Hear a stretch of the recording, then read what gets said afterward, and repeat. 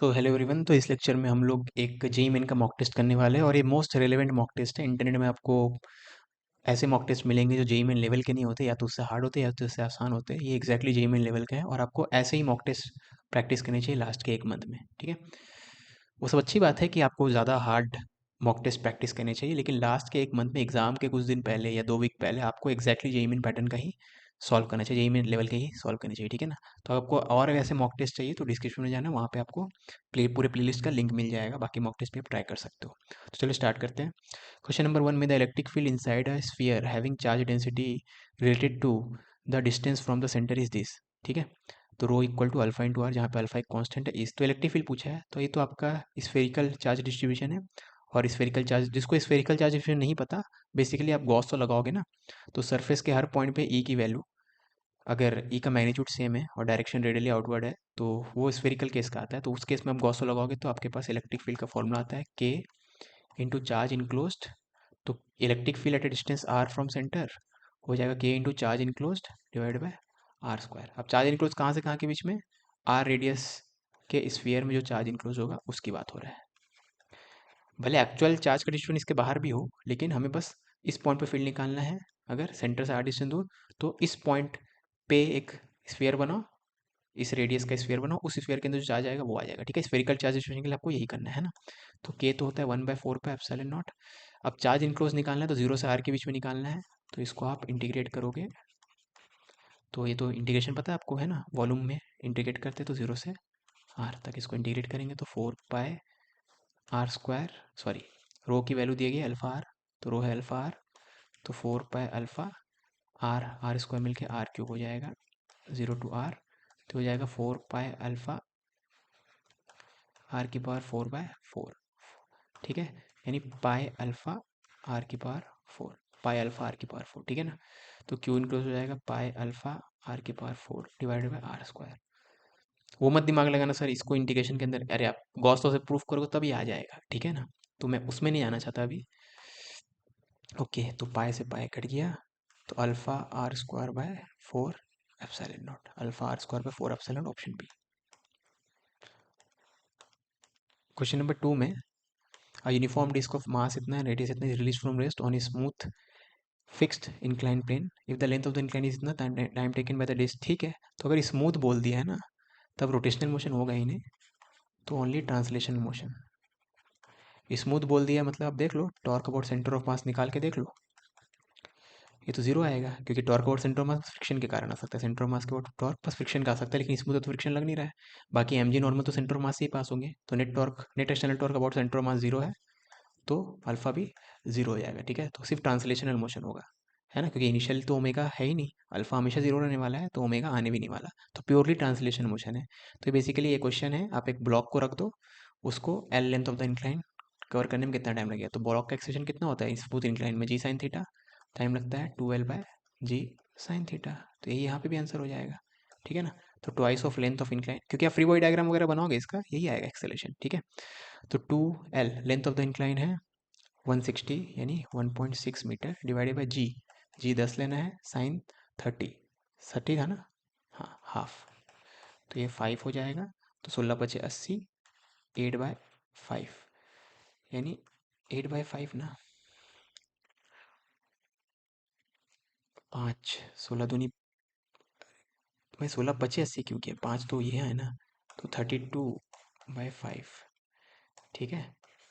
तो ये हो जाएगा 16 ना, आ, ना क्या कर रहा हूँ मैं, 5×6 = 30, 5×4 = 0.64, ठीक है, यानी 0.8।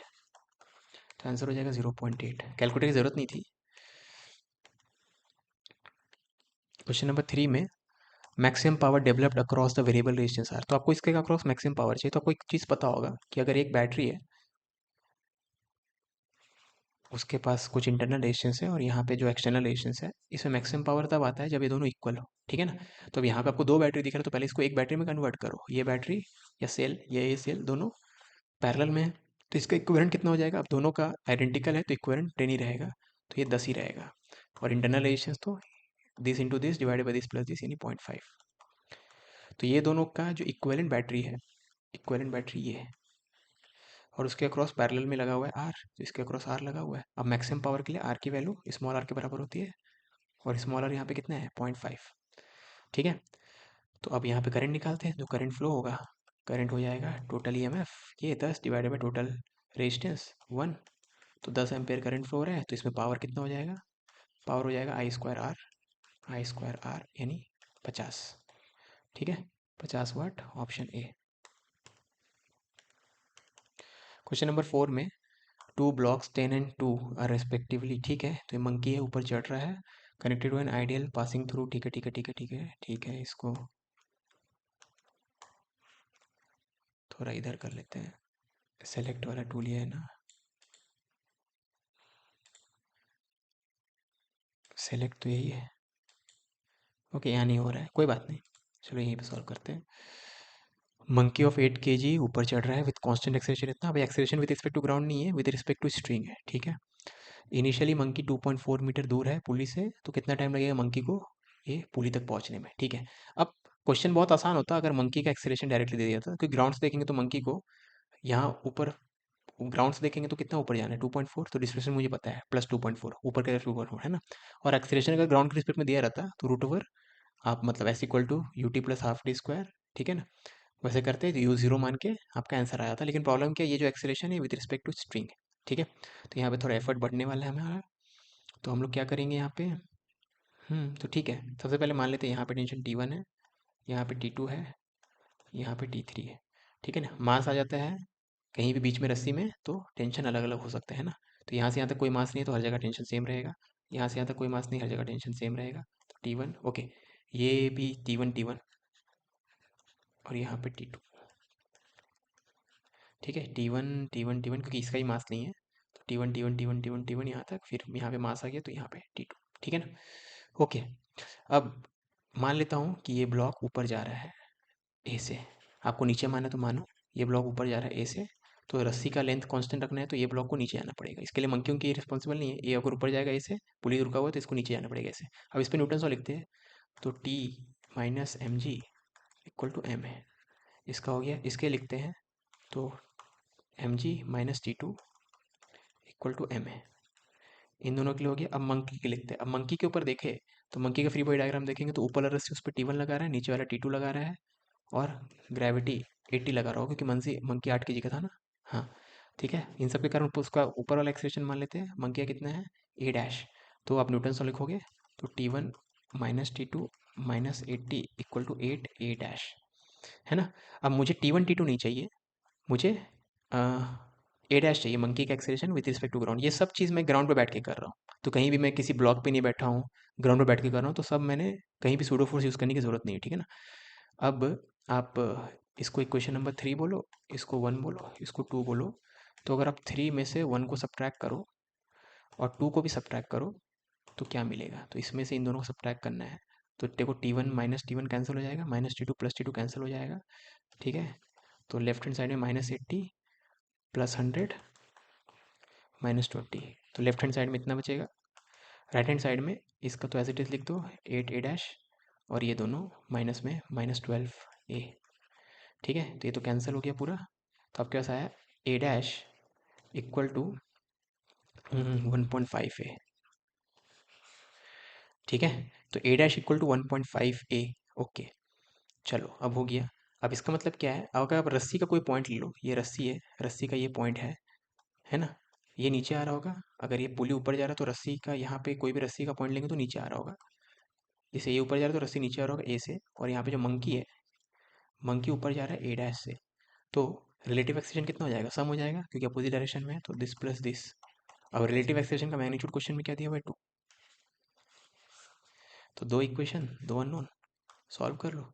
ठीक है, ओके, तो मुझे तो ए डैश चाहिए, या कुछ भी निकाल लो, तो ए डैश की वैल्यू 1.5 है, 1.5 प्लस दिस तो 2.5 ए इक्वल टू 2, तो ए की वैल्यू 2/2.5, तो 5 चौक 20, 50 25 0.8, तो ए की वैल्यू 0.8। ठीक है, तो ए 0.8 है, ए डैश हो जाएगा उसका 1.5 टाइम 15 × 120, तो 1.2 मीटर पर सेकेंड स्क्वायर। तो मंकी का acceleration with respect to ground है 1.2 मीटर पर सेकेंड स्क्वायर। ठीक है, अब मंकी को चलना है इतना, एज सीन फ्रॉम ग्राउंड, उसका acceleration with respect to ground इतना है, इनिशियली रेस्ट पे है, तो टाइम लगेगा 2h बाय वही 2s बाय ए, तो 2s बाय ए। ठीक है, तो ये हो जाएगा 2 सेकेंड, तो आंसर इसका हो जाएगा 2 सेकेंड, ऑप्शन बी। ठीक है ना। पॉइंट क्या है, आप सूडो फोर्स यूज़ नहीं कर रहे हो क्योंकि आप ग्राउंड से कर रहे हो। आपको सूडो फोर्स यूज़ करने, किसी ब्लॉक पे बैठना है तो करके कर सकते हो, कोई प्रॉब्लम नहीं है। ठीक है ना, बस रिलेटिव मोशन डाल दिया तो थोड़ा कंफ्यूजिंग हो गया, अदरवाइज क्वेश्चन बहुत आसान था। क्वेश्चन नंबर 5 में, which of the following transition of helium plus ion will give rise to spectral line which has the same wavelength as some spectral line of hydrogen? तो hydrogen का spectral line होता है, okay, तो same wavelength है मतलब energy same होना चाहिए, तो एनर्जी दोनों का सेम होना चाहिए। तो हाइड्रोजन के लिए दो लेवल के बीच का एनर्जी डिफरेंस होता है इतना। ठीक है, और ये हाइड्रोजन हीलियम के लिए हो जाएगा 13.6 इंटू जेड स्क्वायर, यानी 4 into 1/n1 dash square minus 1/n2 dash square. ठीक है, n1 डैश और n2 डैश है ना, तो n1 डैश n2 डैश, यहाँ पे n1 n2 है ना। ओके, तो आपको हीलियम प्लस के लिए बताना है, मतलब n1 डैश n2 डैश की वैल्यू बतानी। ठीक है ना, तो 13.6 चला गया, तो 1/n1 dash minus 1/n2 dash equal to हो जाएगा 1 बाय, अबे 4 2 स्क्वायर हो जाएगा, तो 2n1 का स्क्वायर माइनस 2n2 का स्क्वायर। ठीक है, तो यहाँ सबको दिख रहा है n1 डैश 2n1 है और n2 डैश 2n2 है। अब मुझे n1 n2 नहीं पता, लेकिन पक्की बात है ये इवन होगा। n1 चाहे ऑड रखो इवन रखो, ट्वाइस करने के बाद तो इवन ही बचेगा, और ये भी इवन ही बचेगा। ठीक है ना, यानी हीलियम प्लस के लिए जो ट्रांजिशन है और ये हाइड्रोजन के लिए है, n1 डैश n2 डैश वाला, वो दोनों इवन वाला होना चाहिए। ठीक है, तो कोई भी दो इवन होना चाहिए, तो यहाँ पे इवन है, यहाँ पे इवन ऑड तो पॉसिबल नहीं है, दोनों इवन होना चाहिए, दोनों इवन होना चाहिए, तो ऑप्शन ए सही है। ठीक है, क्वेश्चन नंबर 6 में, a particle is attached to the lower end of a uniform rod which is hinged at its end as shown. Another identical particle moving horizontally collides inelastically and sticks to it. Minimum speed so that it performs circular motion in vertical plane. ठीक है, length of the rod L मानना है, दोनों particle का मास और rod का mass same मानना है। ठीक है, तो यहाँ पे एक रॉड है, मास एम, लेंथ एल का। ठीक है, यूनिफॉर्म मास, इसके एंड में एक पार्टिकल है जिसका मास एम है, और एक पार्टिकल है एम जो कि इससे आके टकरा रहा है। मूविंग पार्टिकल का स्पीड निकालना है यू। ठीक है, ये इससे आके चिपक जा रहा है ना, स्टिक्स टू इट। ठीक है ना, तो ये जस्ट बिफोर कोलिजन है। ठीक है, तो जस्ट बिफोर कोलिजन आप एंगुलर मोमेंटम सिस्टम का देखो, इस पूरे को मैं सिस्टम ले रहा हूँ, है ना, तो एंगुलर मोमेंटम कंजर्वेशन कर सकते हो आप। ठीक है ना, तो एंगुलर मोमेंटम कंजर्वेशन करोगे इस एक्सिस के अबाउट, तो क्योंकि इस एक्सिस के अबाउट हिंज फोर्स लगेगा, तो उसका टॉर्क लेकिन इस एक्सिस के अबाउट जीरो होगा, तो इस एक्सिस के अबाउट एंगुलर मोमेंटम कंजर्वेशन कर सकते हो। ठीक है ना, इस एक्स लाइन के about net external torque zero है। ठीक है, तो इनिशियल एंगुलर मोमेंटम देखोगे तो एम यू इंटू एल, क्योंकि लाइन ऑफ मोशन एक्सिस से एल डिस्टेंस दूर है, तो एंगुलर मोमेंटम है एम यू एल। यही फाइनल भी होगा क्योंकि एंगुलर मोमेंटम कंजर्वेशन करना है।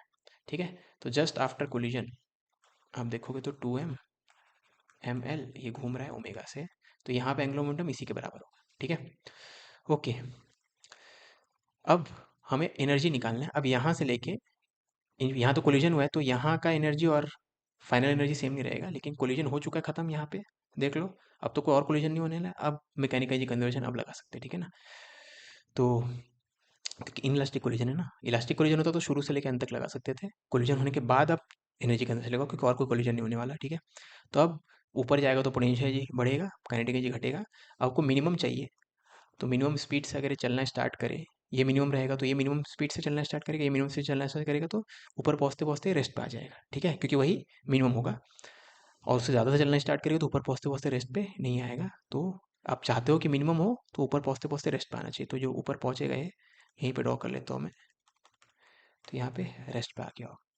ठीक है, अब देखते हैं ये 2m मास जो है, ये l प्लस एल, इसका टोटल हाइट तो 12 से बढ़ गया, तो इंक्रीज इन पोटेंशियल एनर्जी हो जाएगा, या change in potential energy m g h. 2m mass 2l height ऊपर गया है।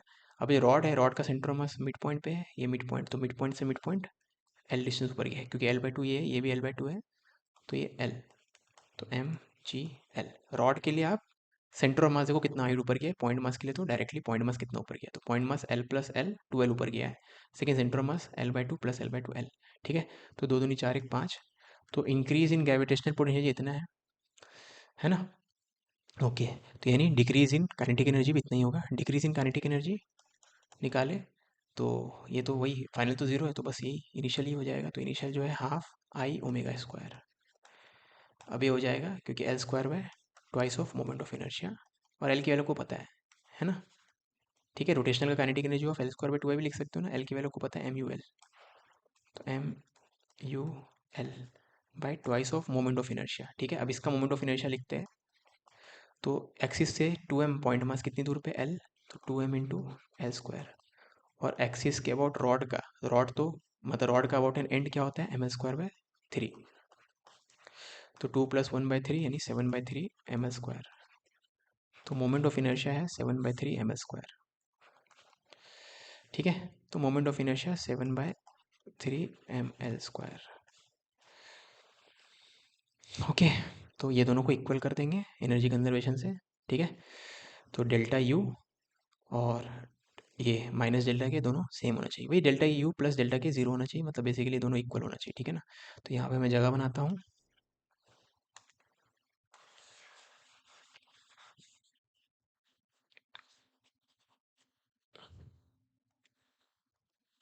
तो ये दोनों को इक्वल करो, तो 5 mgl इक्वल टू ये, तो m से m कट गया, तो एम यू स्क्वायर, एक m से एक m कट गया, एल स्क्वायर कट गया, 3/2 3/2 एम यू स्क्वायर, और 14 है, सॉरी नीचे में 3/2 नहीं 3/14 है ना, बाकी सब हो गया आई गेस। ठीक है, तो m से m भी कट गया, तो u की वैल्यू हो जाएगी 77/3 gl। ठीक है, और ये मिनिमम ही होगा क्योंकि मैंने हाईएस्ट पॉइंट पे कंटिजेंसी जीरो कर दिया था, तो ये मिनिमम होगा। ठीक है, तो √70/3 यानी ऑप्शन सी। क्वेश्चन नंबर 7 में, in the figure there is a conducting wire having current I which in the shape of this, ठीक है, kept in uniform magnetic field, magnetic dipole moment. तो मैग्नेटिक मोमेंट क्या होता है, आई into ए, है ना। अभी पूरे में करंट फ्लो होगा, लूप होगा, ये यहाँ पे पार्ट भी होगा, ऐसे करके ऐसे ऐसे करंट होगा। ठीक है ना, लूप के लिए आपको होता है ये, है ना, आई इंटू ए।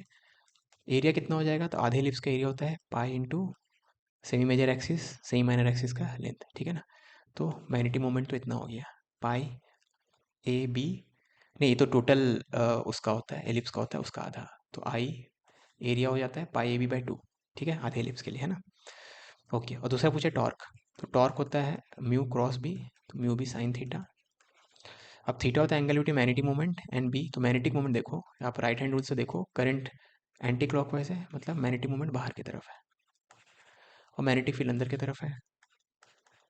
तो एंगल कितना है 180 डिग्री, तो साइन 180 कितना हो जाएगा, जीरो, तो टॉर्क जीरो है। ठीक है, तो pi A B I by 2 zero, यानी ऑप्शन डी। ठीक है, क्वेश्चन नंबर 8 में, the figure, by the way पिछले क्वेश्चन में जो आपने, अगर आपको लग रहा है कि मैंने सब चीज़ नहीं बताया है तो उतना आपको मैथ्स आता होगा। इसमें x square by A square है, तो ए आपका सही मेजर एक्सिस है और ये सही माइनर एक्सिस। ठीक है ना, तो ये यहीं से मैंने पता किया, ए और बी, वैसे यहाँ भी दे दिया ए और बी, तो अच्छी बात है। 8th में, the figure shows initial position of A point source of light S, a detector D and a lens L. ठीक है, initially the detector is touching the lens. ठीक है, तो डिटेक्टर इनिशियली लेंस को टच कर रहा है, तीनों मूव करना स्टार्ट किया, टी इक्वल टू जीरो पे सबका वेलोसिटी दे दिया गया है, तो सोर्स का दे दिया है, लेंस का दे दिया है, डिटेक्टर का दे दिया है ना। तो the time eight which the detector receives maximum, ठीक है, तो डिटेक्टर जब मैक्सिमम रिसीव करेगा यानी image is formed at detector, है ना। ये जो लेंस है यहाँ ऑब्जेक्ट है, इसका इमेज जहाँ बनेगा वही ना सबसे ज़्यादा लाइट है। ठीक है, बाकी यहाँ पे लाइट है कि उतना नहीं, सबसे ज़्यादा लाइट वहाँ पर बनता है जहाँ पे इमेज बनता है। ठीक है, तो डिटेक्टर, अगर आप चाहते हो डिटेक्टर मैक्सिमम लाइट डिटेक्ट करे, तो image should form at detector, तो image is formed at detector. ठीक है, ओके। अब हम लोग क्या करेंगे, हम लोग किसी एक पे बैठ जाते हैं, मान लो मैं डिटेक्टर पे बैठ जाता हूँ मैं, ठीक है ना। तो अगर मैं डिटेक्टर में बैठूँ, ये सब विथ रिस्पेक्ट टू ग्राउंड है, तो विथ रिस्पेक्ट टू डिटेक्टर आप कहीं बैठने बैठो, डिटेक्टर में बैठ रहा हूँ मैं, ठीक है तो इनिशियल रेफरेंस फ्रेम है ना।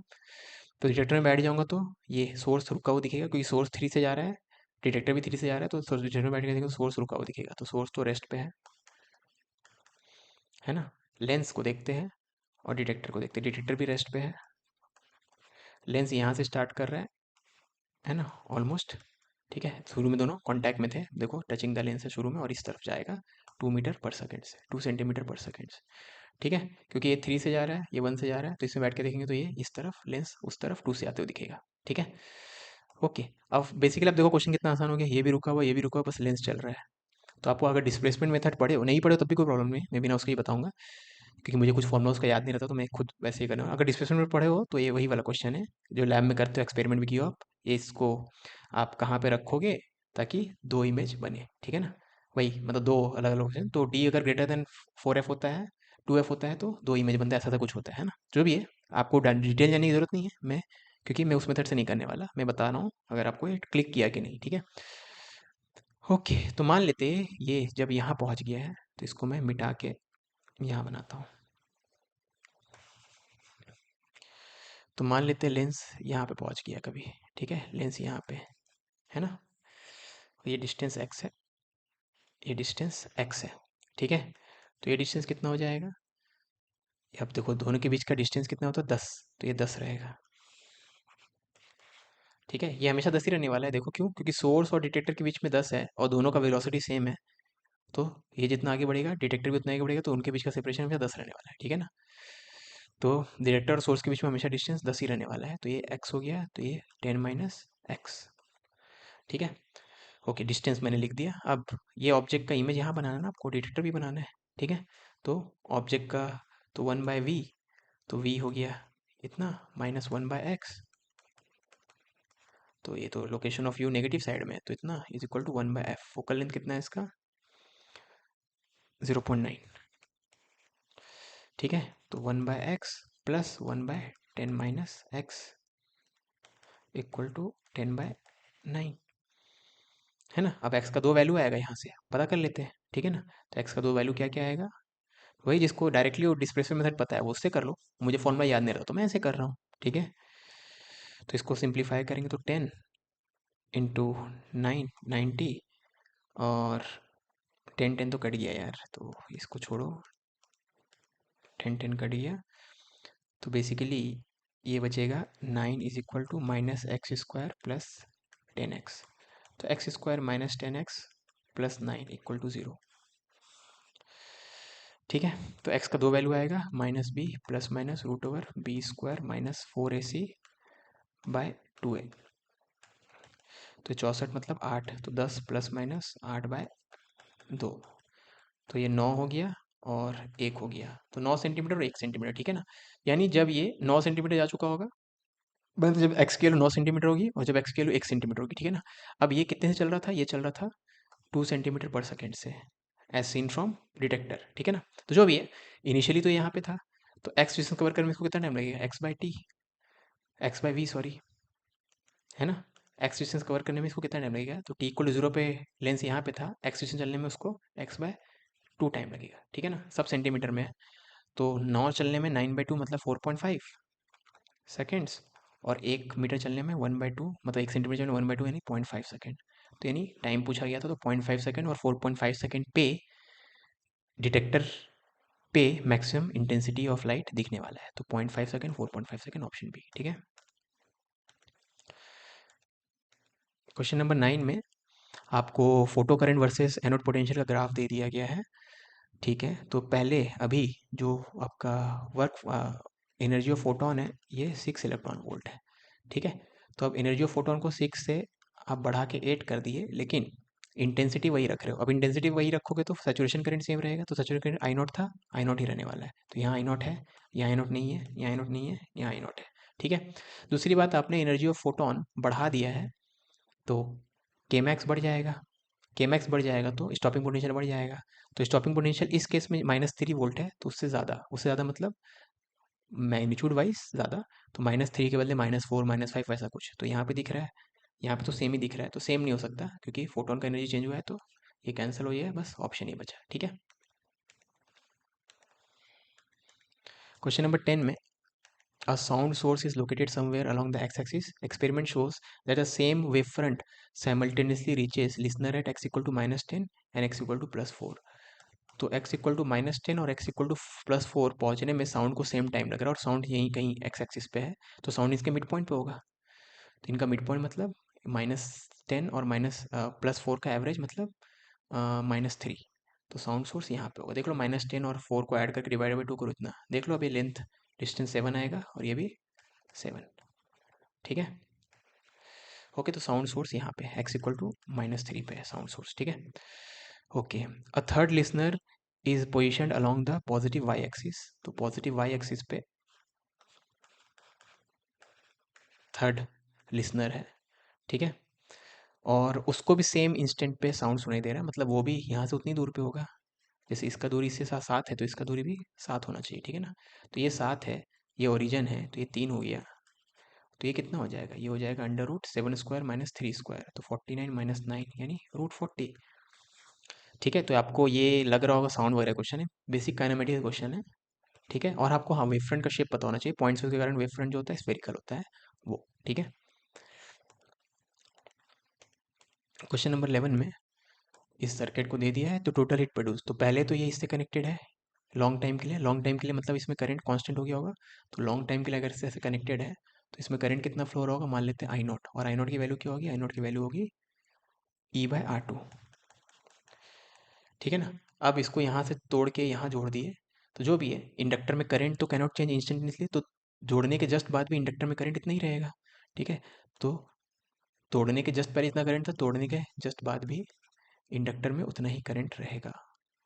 तो अभी जोड़ने के जस्ट बाद भी इसमें करंट कितना रहेगा? इतना रहेगा। और इसमें इसमें तो कोई हीट अभी प्रोड्यूस नहीं हुई क्योंकि जस्ट ज्वाइन हुआ है, टाइम लगता है हीट प्रोड्यूस होने में। ठीक है ना। तो अभी अगर आप पूछो इसका एनर्जी कितना है, इसका एनर्जी है ½L I0²। यही ना एनर्जी सिस्टम का। इसमें तो कोई हीट एनर्जी डेवलप नहीं हुआ है क्योंकि अभी जस्ट ज्वाइन हुआ है। ज्वाइन होने के बाद करंट फ्लो होते रहेगा, टाइम मिलेगा, I²R करेंगे इंटू टाइम करेंगे तब ना इसमें एनर्जी आएगा। I² तो पावर है, आई तो है इसमें, लेकिन टाइम अभी तक दिए नहीं हम लोग इसको गर्म होने के लिए। ठीक है ना। तो जो भी एनर्जी है इंडक्टर में स्टोर्ड है, अभी इसमें तो कोई हीट एनर्जी स्टोर नहीं है। तो energy stored in magnetic field है, कोई हीट में एनर्जी नहीं है। ठीक है ना। अब फाइनल स्टेट में जब t इक्वल टू इन्फिनिटी पे देखेंगे तो ये करंट अल्टीमेटली डिसिपेट हो, मतलब ये हीट के फॉर्म में ये एनर्जी, मैग्नेटिक फील्ड का एनर्जी हीट में कन्वर्ट होते होते अल्टीमेटली करंट क्या हो जाएगा? जीरो। ठीक है ना। बेसिकली इसमें कोई सोर्स ऑफ ईएमएफ नहीं है और करंट तो ज़्यादा देर के लिए रेजिस्टेंस में नहीं दौड़ पाएगा। तो फाइनली जो पूरा का पूरा एनर्जी किस में कैंसिल हो जाएगा? हीट। तो हीट प्लस जीरो, तो मैग्नेटिक फील्ड का एनर्जी जीरो हो जाएगा क्योंकि करंट जीरो हो जाएगा और पूरा का पूरा एनर्जी हीट में। तो हीट कितना डेवलप हो जाएगा? ½ L I0²। तो ½ L I0 है E²/R2²।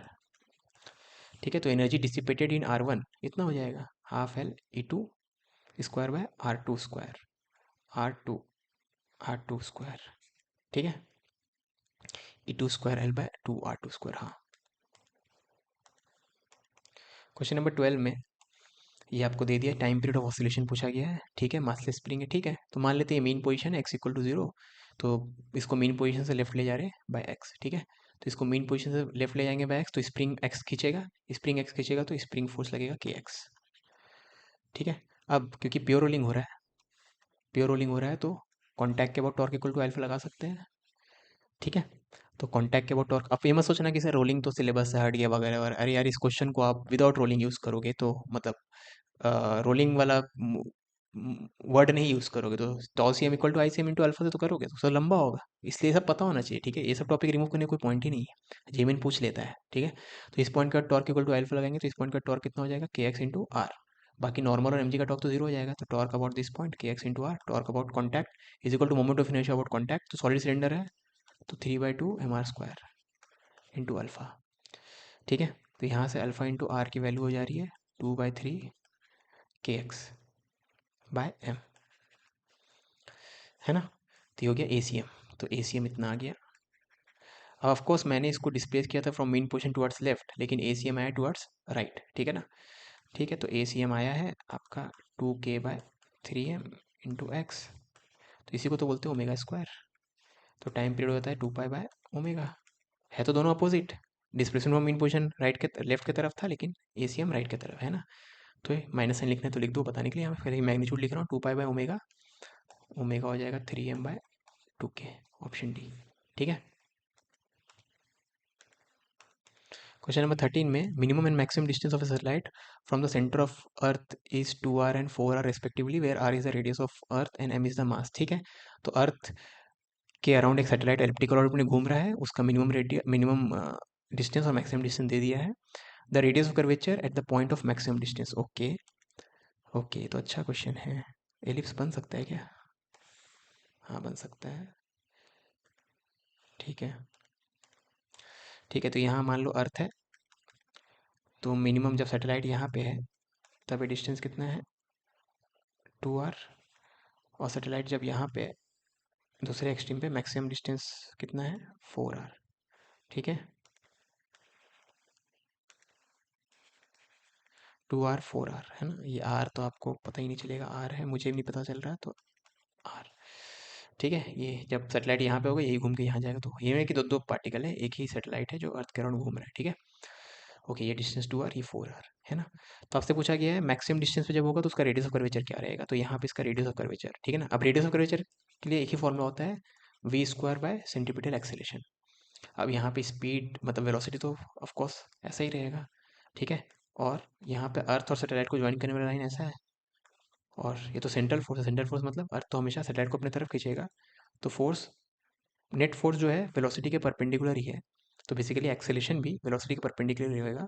तो बेसिकली एक्सेलेरेशन ऑफ सैटेलाइट है, सेंटीमीटर एक्सेलेरेशन मतलब बेसिकली एक्सेलेरेशन, क्योंकि इस केस में टेंजेंशियल नहीं आ रहा है ना। टेंजेंशियल तब आता है जब नेट फोर्स इसके परपेंडिकुलर नहीं होता, कुछ ऐसा होता है नेट फोर्स, तो एक टेंजेंशियल कंपोनेंट आता है। ठीक है, तो वी स्क्वायर बाय एक्सेलेरेशन करना है। अब एक्सेलेरेशन निकाल लेते हैं। एक्सेलेरेशन हो जाएगा, जैसे मास ऑफ अर्थ मान लो कैपिटल एम है, mass of satellite small m है, तो फोर्स हो जाएगा G M m by distance square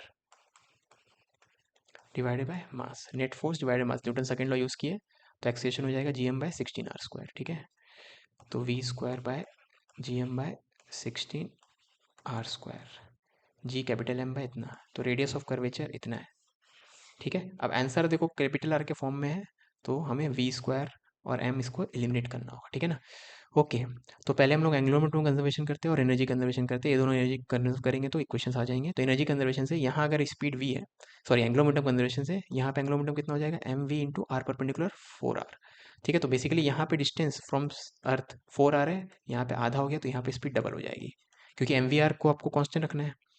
ठीक है ना, क्योंकि यहाँ तो 90 डिग्री है ना, यहाँ भी वेलोसिटी जो होगा डिस्टेंस के परपेंडिकुलर होगा। ठीक है ना, तो एम तो दोनों का सेम है सेटेलाइट का, तो वी इंटू आर सेम होना चाहिए, तो डिस्टेंस अगर आधा हो गया तो स्पीड डबल होना चाहिए, तो यहाँ पे स्पीड अगर वी है तो यहाँ 2v होना चाहिए। तो ये अपने मोमेंटम एंगुलर मोमेंटम कंजर्वेशन लगा दिया। अब एनर्जी कंजर्वेशन लगाते हैं। यहाँ पे एनर्जी हो जाएगा माइनस जी, पोटेंशियल एनर्जी लिख रहा हूँ, बाय 2r। काइनेटिक एनर्जी हो जाएगा half M 2v²,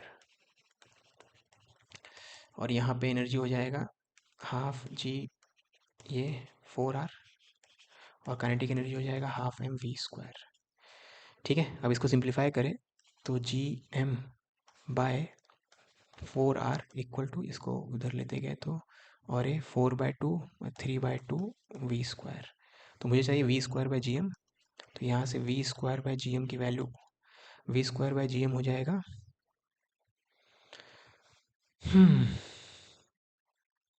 v² by G M हो जाएगा 2/12r। ठीक है, v² बाय जी एम हो जाएगा 2/12r, यानी 1/6r। तो v² बाय जी एम हो जाएगा 1/6r। ठीक है, तो इसके बदले 1/6r लिखेंगे, तो 16r² तो पहले से है, इंटू 1/6r, तो 2 × 2 = 8r/3, 2 × 2 = 8r/3, तो ऑप्शन ए। ठीक है, कैलकुलेशन मिस्टेक हो सकता है, कॉन्सेप्ट लेकिन सही है। आप एनर्जी कंजर्वेशन करो, मोमेंट एंगुलर मोमेंटम कंजर्वेशन करो। ठीक है, और फिर आपको रेडियस ऑफ कर्वेचर वाला फॉर्मूला लगा दो। रेडियस ऑफ कर्वेचर होता है v² बाय सेंटीमीटर एक्सेलरेशन। अब सेंटीमीटर एक्सेलरेशन यहाँ पे टोटल एक्सेलरेशन के बराबर होगा, क्योंकि जो फोर्स है इस पॉइंट पे वो टेंजेंट के पर, मतलब वेलोसिटी के परपेंडिकुलर है। ठीक है, नेट फोर्स है ना।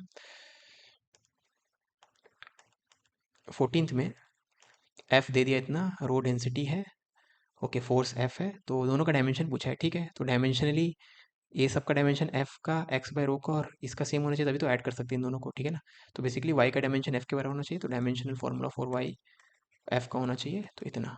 ठीक है, अब एक्स बाय रो का डायमेंशन भी फोर्स के बराबर होना चाहिए, तभी, क्योंकि force is equal to this plus this है, तो दोनों फोर्स फोर्स होगा तभी तो फोर्स मिलेगा। तो एक्स बाय रो एफ के बराबर है, तो एक्स हो जाएगा रो इंटू एफ। रो है डेंसिटी, डेंसिटी होता है मास बाय वॉल्यूम, और एफ होता है mL/T-2, तो m2 L-2 T-2। ठीक है, तो एक्स का डायमेंशनल फॉर्मूला हो जाएगा, ऐसे मैं लिख देता हूँ जल्दी जल्दी में, लेकिन सही तरीका ऐसे लिखने का है। तो एक्स का हो जाएगा m two l minus two t minus two, और इसका हो जाएगा m l t minus two, m l t minus two, option C. ठीक है,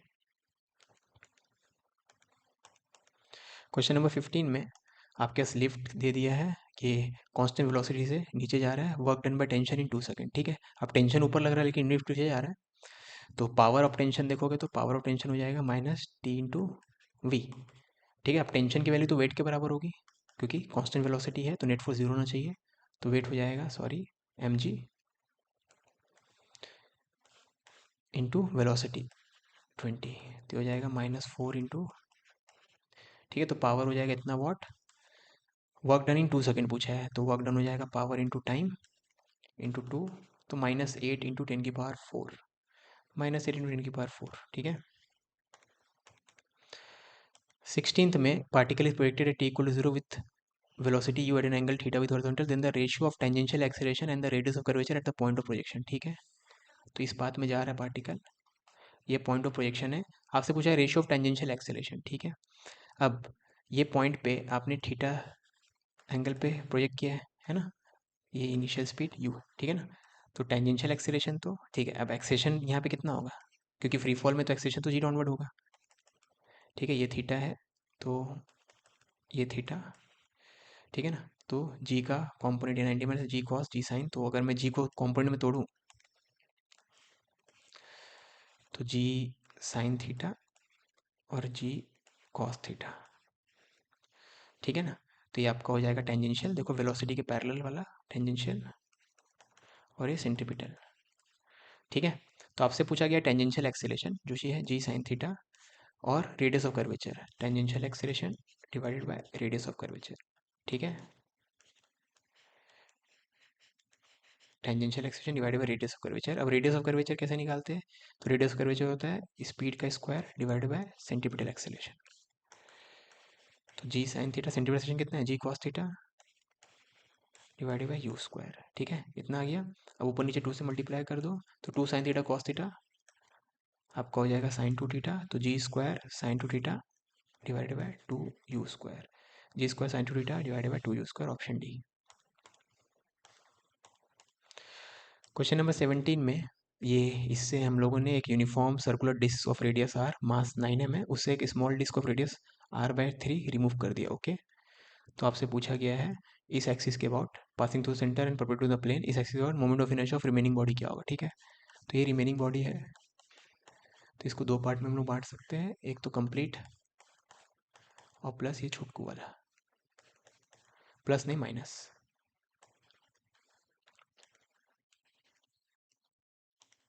ठीक है, तो इसका मोमेंट ऑफ इनर्शिया हो जाएगा, इसका मोमेंट ऑफ इनर्शिया और सेम एक्सिस के अबाउट हमेशा, है ना।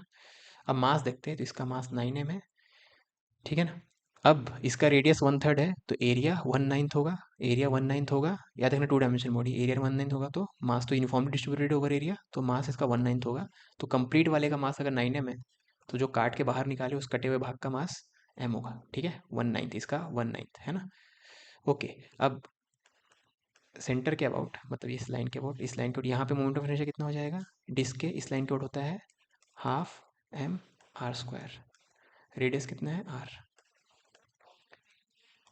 माइनस इसका कितना हो जाएगा, इसके अबाउट निकालना है हमें, तो पहले से थ्योरम लगाएंगे, तो पहले इसके अबाउट निकालते हैं, इसके अबाउट हो जाएगा हाफ m, इसका रेडियस कितना है r/3। ठीक है, हाफ m r/3, ये हो गया ICM, प्लस md² प्लस, अब इन दोनों के बीच का डिस्टेंस कितना होगा 2r/3, तो उसका स्क्वायर करेंगे तो इतना। ठीक है, तो 9×9 = 81, 81 r/3 का स्क्वायर कर चुका ना आप, तो 1/18, 1/18 और 4/9 यानी 8/18, 9/18 यानी हाफ, तो ये मिलके हाफ m r² हो गया। ठीक है, ये दोनों का सम कितना आ जाएगा, हाफ m r²। ठीक है, ओके, तो 9/2 -1 8/2 यानी 4m r², तो आंसर हो जाएगा आपका 4m r², option D. Okay sorry, spherical solid ball of volume इतना made of material of density rho one, it is falling through a liquid जिसका डेंसिटी रो टू है और density of liquid less than rho one है, मतलब नीचे जाएगा, एक्सेट नीचे कर रहा होगा।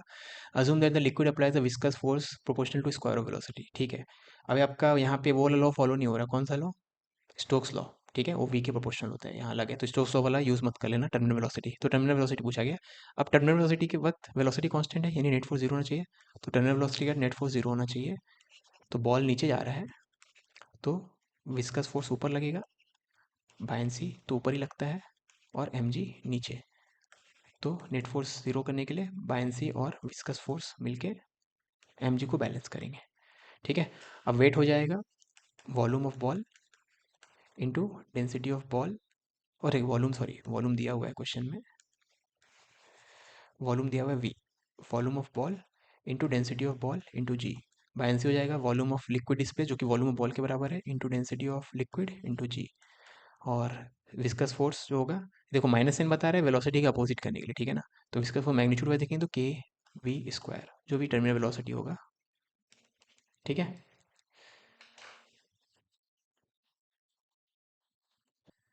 तो वी टी हो जाएगा v rho one minus rho two g by k का स्क्वायर रूट। ठीक है, volume rho one minus rho two, volume rho one minus rho two g by k, option ए।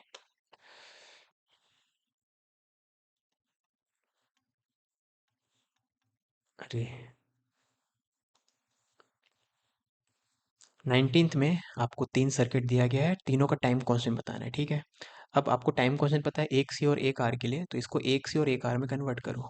तो ये तो इनका सी हो जाएगा आपका C one C two divided by C one plus C two, चार दूनी आठ, आठ बाय छः यानी फोर बाय थ्री। ठीक है, तो सी इक्वेलेंट इतना है, और आर इक्वेलेंट तो यहाँ पे R one R two divided by R one plus are two, तो two into one divided by two plus one, two by three. ठीक है ना। अब टाइम कांस्टेंट क्या होता है? आर इंटू सी, तो इन दोनों का प्रोडक्ट करेंगे तो एट बाई नाइन। ठीक है, तो फर्स्ट केस का एट बाई नाइन होना चाहिए, यहाँ एटीन है, एटीन है गलत, ये सही है, तो ये हो जाएगा। वैसे कर सबका कर सकते हो, जैसे एक का और दिखाया था मैं, जैसे इसका दिखाया था, दोनों सीरीज में है, तो r one plus are two हो जाएगा थ्री, और ये पैरेलल में है, तो पैरेलल में सी वन प्लस सी टू हो जाता है, कैपेसिटेंस का छः, तो छः थी अठारह, अठारह वैसे करके तीसरे का भी आ जाएगा। ठीक है, 20th में आपको ये सर्किट दे दिया गया है, calculate the energy stored in the capacitor. ठीक है, तो अब देखो यहाँ पे टू आ रहा है, यहाँ से वन आ रहा है, तो यहाँ से तो थ्री एम्पियर जा रहा है। अब यही थ्री एम्पियर यहाँ पे जंक्शन लगाएंगे तो यहाँ से भी जाएगा। अब इस पॉइंट पे देखेंगे तो इस तरफ टू जा रहा है, इस तरफ वन आ रहा है, मतलब यहाँ से वन आया होगा। ठीक है, ओके। अगर मैं इस पॉइंट से इस पॉइंट तक चलूँ ऐसे ऐसे करंट के डायरेक्शन में, ठीक है ना, तो यहाँ से यहाँ जाएंगे तो पोटेंशियल डिक्रीज होगा बाय फाइव थ्री या फिफ्टीन। यहाँ से यहाँ वही I V equal to I into R लगा रहे हैं रेजिस्टेंस के लिए, थ्री इंटू वन थ्री, तो फिफ्टीन प्लस थ्री एटीन, और यहाँ पे टू इंटू वन ट्वेंटी। ठीक है ना, तो पोटेंशियल ड्रॉप हो रहा है 20 वोल्ट का, तो यानी इन दोनों पॉइंट के बीच में पोटेंशियल डिफरेंस है 20 वोल्ट का। तो आपसे पूछा गया एनर्जी स्टोर्ड इन कैपेसिटर, तो हो जाता है हाफ सी वी स्क्वायर। ठीक है, तो सी की वैल्यू कितना है? 4 माइक्रो, तो यानी two into v square, twenty square, 800, तो 800 माइक्रो जूल। ठीक है, 800 माइक्रो जूल मतलब 8 × 10⁻⁻⁴ जूल।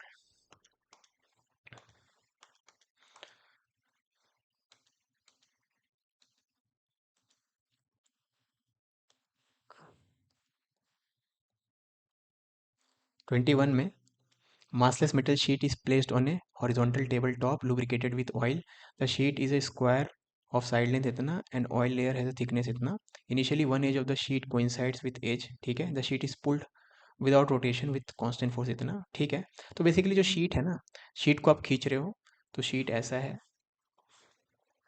और ये टेबल के एज पे, टेबल का एज मान लो ये पूरा टेबल है। ठीक है, ये टी इक्वल टू जीरो पे पूरा का पूरा शीट जो है टेबल के कॉन्टैक्ट में, कुछ टाइम के बाद देखोगे तो कुछ पार्ट ऑफ द शीट बाहर निकल चुका है। ठीक है, टेबल वहीं का वहीं है, शीट को आप बाहर पुल कर रहे हो, है ना। अब कितना बाहर निकल चुका है, मान लेते हैं एक्स बाहर निकल चुका है, तो कितना अंदर में, अंदर वाला एरिया तो कितना है, तो अंदर वाला एरिया हो जाएगा L minus x, one minus x into one. ठीक है, स्क्वायर शीट था ना, है ना। ओके, अब जो टेबल ना, टेबल के ऊपर आपने लिक्विड ऑयल डाल दिया है, तो ऑयल क्या करेगा, शीट को बाहर पुल होने से रोकेगा। तो शीट के ऊपर दो फोर्स लग रहे हैं बेसिकली, एक तो आपका पुलिंग फोर्स आप इसको पुल कर रहे हो 15 न्यूटन से, और विस्कस फोर्स लिक्विड के कारण, ठीक है। अब क्योंकि शीट का मास जीरो है, मासलेस है, तो नेट फोर्स जीरो होना चाहिए, तो viscous force must be equal to 15। क्योंकि मासलेस ऑब्जेक्ट पे नेट फोर्स अगर जीरो नहीं हुआ तो उसका एक्सेलेरेशन इन्फाइनाइट हो जाएगा। इन्फाइनाइट एक्सेलेरेशन रियल लाइफ में नॉट पॉसिबल। तो बस दोनों फोर्स एक दूसरे को बैलेंस कर रहे होंगे, ठीक है ना। अब विस्कस फोर्स होता है eta a velocity gradient. Velocity gradient होता है आपका v by h. V by h मतलब क्या, जो लिक्विड है उस लिक्विड, मतलब ये टेबल टॉप है, ये शीट है, ठीक है। तो शीट का वेलोसिटी यहाँ से यहाँ के बीच में, इसका वेलोसिटी जीरो मानते हैं टेबल के कॉन्टैक्ट में जो लिक्विड है, और हाईएस्ट पॉइंट का वेलोसिटी, लिक्विड का वेलोसिटी शीट के बराबर हो जाएगा, तो ये वी बाय एच है ना। कितने लेंथ में, वेलोसिटी में कितने का चेंज आया है, मतलब rate of change of velocity with height, इसको होता है वेलोसिटी ग्रेडियंट यहाँ पे, ठीक है ना। विथ थिकनेस जो भी है, इज इक्वल टू 15, ठीक है। ओके, अब ये एरिया, एरिया लिखते हैं। एरिया हो जाएगा, एरिया होता है कितने एरिया पे विस्कस फोर्स लग सकता है, वो तो इतने एरिया पे लग सकता है। टेबल के कांटेक्ट में जो शीट पोर्शन है, जो टेबल के बाहर निकल गया, उस पर तो विस्कस फोर्स नहीं लगेगा, ठीक है ना। तो ये एरिया कितना हो जाएगा, 1 × 1 - x एरिया इंटू वी। तो वी बाय एच, एच का वैल्यू कितना, थिकनेस ऑफ ऑयल है 1 मिलीमीटर, मतलब 10⁻³ ठीक है ना, इज इक्वल टू 15। अब वी क्या होता है, D x by D T, तो वी को D x by D T लिख देता हूँ मैं। अब हो गया, अब ईटा की वैल्यू है 0.2, अब खाली इसको सॉल्व करना है, सब हो चुका है। अब ये डिफरेंशियल इक्वेशन है, इसको सॉल्व करना है, ठीक है।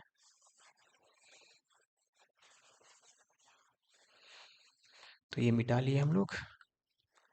अब eta 0.2 1 - x d x by d t equal to 15 × 10⁻³ ठीक है। तो डी टी को उधर भेज दो, है ना। कितने टाइम पे, आधा बाहर निकल गया, आधा बाहर मतलब शुरू में कितना था, टी इक्वल टू जीरो पे एक्स की वैल्यू जीरो थी, ठीक है ना। एक्स था, कितना पोर्शन बाहर निकल चुका है, 1 मीटर इसका साइड लेंथ था, तो आधा बाहर निकला, मतलब 0.5, ठीक है। तो यहाँ इंटीग्रेट करेंगे तो 0.2 into x minus x square by 2, तो x square by 15 × 10⁻³ into T, ठीक है। ओके, अब इसी को कैलकुलेट करना है। ओके, कुछ खतरनाक नंबर तो नहीं आ रहा ना। तो 50, 5 दूनी 1 माइनस, तो 0.75 डिवाइडेड बाय 10, और ये है 15 × 10⁻³ टी, ठीक है ना। तो ये हो जाएगा 100, तो 75/5 यानी 5 सेकेंड। खतरनाक नहीं आ रहा, मेरे को लगा बहुत खतरनाक कैलकुलेशन है। 5 सेकेंड, ठीक है।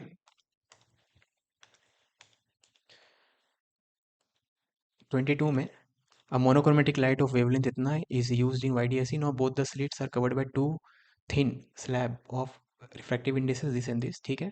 By doing so central bright fringes shift to seventh bright, ठीक है। शिफ्ट हो गया सेवन्थ ब्राइट, ठीक है। सेवन्थ ब्राइट का लोकेशन क्या होता है, 7 टाइम्स फ्रिंज विथ 7 बीटा, है ना।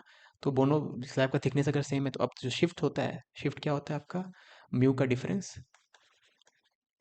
μ1 - μ2। तो फॉर्मूला क्या होता है, dy/d is equal to μ - 1 into t, तो इंटू d/d, ठीक है। तो शिफ्ट का फॉर्मूला इतना होता है। अगर दोनों क्या बोलते हैं, दोनों स्लिट्स के सामने अगर टी थिकनेस का स्लैब रख दे, तो शिफ्ट इतने से होता है ना। और दोनों स्लैब का रिफ्रैक्टिव इतना हुआ है, ये 7 बीटा है। बीटा क्या होता है, लैम्डा d/d। तो कैपिटल डी कैंसिल। तो आपसे क्या पूछा था, थिकनेस, तो थिकनेस हो जाएगा 7 लैम्डा बाय μ1 - μ2। तो दोनों म्यू का डिफरेंस ले लो, ठीक है। क्योंकि पॉजिटिव होना चाहिए ना थिकनेस, इसलिए। क्योंकि मुझे नहीं पता था कौन बड़ा है कौन छोटा, मैंने तो बस मॉड ले लिया यहाँ पे, ठीक है। मॉड ले लो अगर आपको प्रॉब्लम है तो ये इतना एंगस्ट्रॉम, एंगस्ट्रॉम मतलब 10⁻⁻10 डिवाइडेड बाई μ1 और μ2 का डिफरेंस 0.5, है ना। तो 90,006 आ रहा है, और बाय 4 करना है तो 9 आ जाएगा, ठीक है ना। तो ये 9 माइक्रोमीटर आएगा, ठीक है। अभी मीटर में, माइक्रोमीटर के लिए 10⁻6 से मल्टीप्लाई कर देंगे तो 9 आ जाएगा, ठीक है।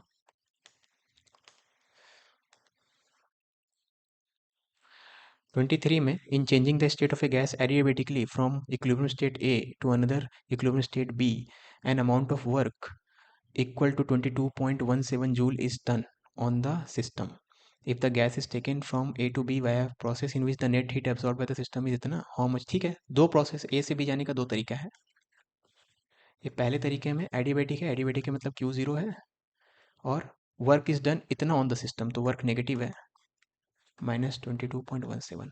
और दूसरे वाले तरीके से आपको बोल दिया गया हीट की वैल्यू है 9.35 कैलोरी, हीट है 9.35 कैलोरी, तो डब्लू पूछा है। ठीक है, तो आपको पता है डेल्टा यू तो दोनों के लिए सेम रहेगा, क्यों? क्योंकि डेल्टा यूज होता है वो स्टेट फंक्शन होता है, चाहे किसी भी रास्ते से जाए स्टेट ए से स्टेट भी डेल्टा यू सेम रहेगा।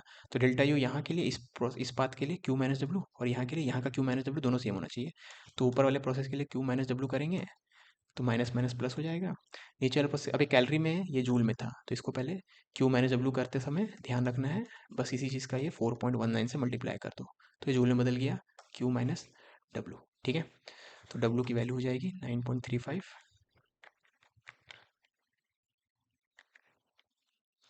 इंटू 4.19 माइनस 22.17, तो ये 17 आ रहा है। तो डब्ल्यू की वैल्यू क्या आ रहा है? 17 जूल। ठीक है, तो जूल ने पूछा था, तो आंसर क्या हो जाएगा? 17। 24 में transfers periodic wave on string with linear mass density इतना is describe by the following equation. ठीक है, टेंशन इन द स्ट्रिंग। ठीक है, तो स्पीड निकाल ले, तो स्पीड होता है टी बाय म्यू, तो टेंशन हो जाएगा वी स्क्वायर इंटू म्यू। तो स्पीड की वैल्यू निकालो, स्पीड होता है ओमेगा बाय के, तो 420/21 यानी 20, उसका स्क्वायर करेंगे तो इतना, और म्यू है 0.2, तो 1/5 मतलब 80। ठीक है, 25th में net magnetic field at the centre O of a circle due to current. ठीक है, तो इस करंट के कारण यहाँ पे फील्ड निकालना है, तो इस सर्कुलर वायर के कारण तो हो जाएगा V0I/2R होता, अगर सर्कुलर वायर कंप्लीट होता, लेकिन उसका बस 120 डिग्री मतलब वन थर्ड पोर्शन है, तो इसका वन थर्ड, तो सर्कुलर करंट इतना है। ठीक है ना, अब स्ट्रेट वायर के कारण यहाँ पे देखो, सर्कुलर के कारण आपका किस तरफ आएगा? अंदर की तरफ, स्ट्रेट के वायर के कारण बाहर की तरफ, तो मैं अंदर की तरफ को नेगेटिव ले रहा हूँ, बाहर की तरफ को पॉजिटिव, आपको उल्टा लेना है तो लो। तो स्ट्रेट वायर के कारण यहाँ पे कितना आएगा? तो परपेंडिकुलर ड्रॉप करो पहले, परपेंडिकुलर ड्रॉप करोगे तो ये 60 डिग्री है, तो आर कॉस 60। ठीक है ना, तो μ0I/4 pi r cos 60 into sine 60 plus sine 60। क्यों? क्योंकि परपेंडिकुलर ड्रॉप करोगे तो परपेंडिकुलर ड्रॉप करोगे तो ये एंगल भी 60, ये एंगल भी 60, और लेंथ ऑफ परपेंडिकुलर जिसको डी बोलते हैं वो हो जाएगा आर कॉस 60। ठीक है, तो यही हो जाएगा। अब इसी को सिंप्लीफाई करना है, तो μ0I/r को कॉमन ले लो, μ0I/r हटा दो, μ0I/r हटा दो। ठीक है, तो ये बचेगा 1/4 पाई इंटू √3, ये √3 ऊपर हो गया, और नीचे में हाफ यानी 2√3। ठीक है, माइनस μ0 1/6। ठीक है, ओके, अब हमें चाहिए μ0I/2 पाई r के फॉर्म में। ओके, तो इसको पूरा मल्टीप्लाई कर लो, तो μ0I/2 रहने दो, यहाँ पे 12 पाई ले लो, तो 4 दिया, तो 6 इतना, 6 दूनी 2 पाई। तो हमें चाहिए μ0I/, ये अंदर में x√x टाइप का चीज़ चाहिए, तो यहाँ पे इसे √3 तो है, तो यहाँ 3 चाहिए, 3 चाहिए तो मतलब 2 कॉमन ले लो, तो यहाँ से अगर मैं 2 कॉमन लूँ तो यहाँ पे 3 बन जाएगा ये, और यहाँ पे तो 3√3 माइनस पाई डिवाइडेड बाई 12 पाई। ठीक है, 12 पाई r। तो आप ऊपर नीचे कैसे भी चेक कर लो, x का वैल्यू 3 आ रहा है, तो जैसे आप नीचे चेक करोगे तो 12 पाई r, तो अगर ये दोनों चीज़ इक्वल है तो यहाँ μ0I चाहिए बाय 2 का फैक्टर, तो ये 2 को यहाँ से कट करो, तो यहाँ 6 आ गया। ठीक है, तो बेसिकली μ0I/6 पाई r, तो नीचे में 6 पाई r है, और इसके नीचे में क्या है? 2x/r। या तो आप इस एक्सप्रेशन को इससे इक्वेट कर दो, तब भी आ जाएगा, एक ही बात है। तो पाई आर कट गया, तो 2x की वैल्यू 6, तो x की वैल्यू क्या आ रही है? 3। किसी को मैंने नहीं सर मैं ऊपर कंपेयर करूँगा, तो ऊपर में भी देख लो, x√x 3√3 माइनस पाई, तो x की वैल्यू 3। ठीक है, तो आई होप आपको ये लेक्चर अच्छा लगा होगा। जो भी चीज़ समझ में नहीं आई कमेंट में बताना, हम लोग और भी मॉक टेस्ट लेते आएंगे, लाते ही रहेंगे, चैनल पे अपलोड होते ही रहेगा। ठीक है, चलो मिलते हैं नेक्स्ट सेक्शन में, अंटिल देन बाय।